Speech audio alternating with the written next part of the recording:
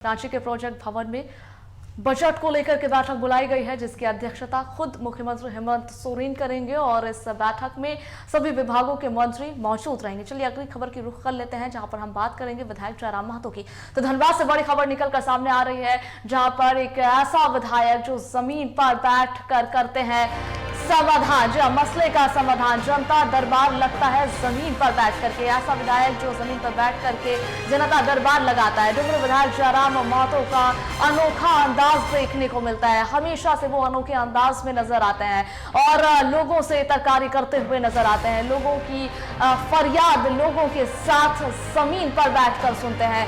तो रांची स्थित मानटार, जहाँ बता दें आपको कि मानटार में प्रतिदिन सुबह में लगता है जयराम का जनता दरबार। सप्ताह में 3 दिन बेरमो और डुमरी विधानसभा क्षेत्र में जयराम लगाते हैं जनता दरबार, जहाँ पर घर में इतनी जगह भी नहीं है कि वहां बैठकर सुनेंगे वो लोगों की फरियाद। तो इसलिए लोगों के साथ जमीन पर बैठकर ही सुनते हैं लोगों की फरियाद। मजबूरी में कस्तूरबा गांधी बालिका आवासीय विद्यालय के ग्राउंड में लगता है उनका जनता दरबार और वो वहां पर ही बैठक करते हैं। एमएलए जयराम की अदा और सादगी के कारण ही लोग हो रहे हैं उनके दीवाने और जयराम को सिर्फ झारखंड में ही नहीं, अब दूसरे राज्यों से भी आने लगे हैं फोन कॉल और उनसे सहायता, बाकायदा कॉल करके उनसे सहायता मांगी जाती है। पिछले दिनों भी इसी तरह की एक खबर निकलकर सामने आई थी, जहां से एक कॉल बिहार से आया था जयराम महतो को और उनसे फरियाद की गई।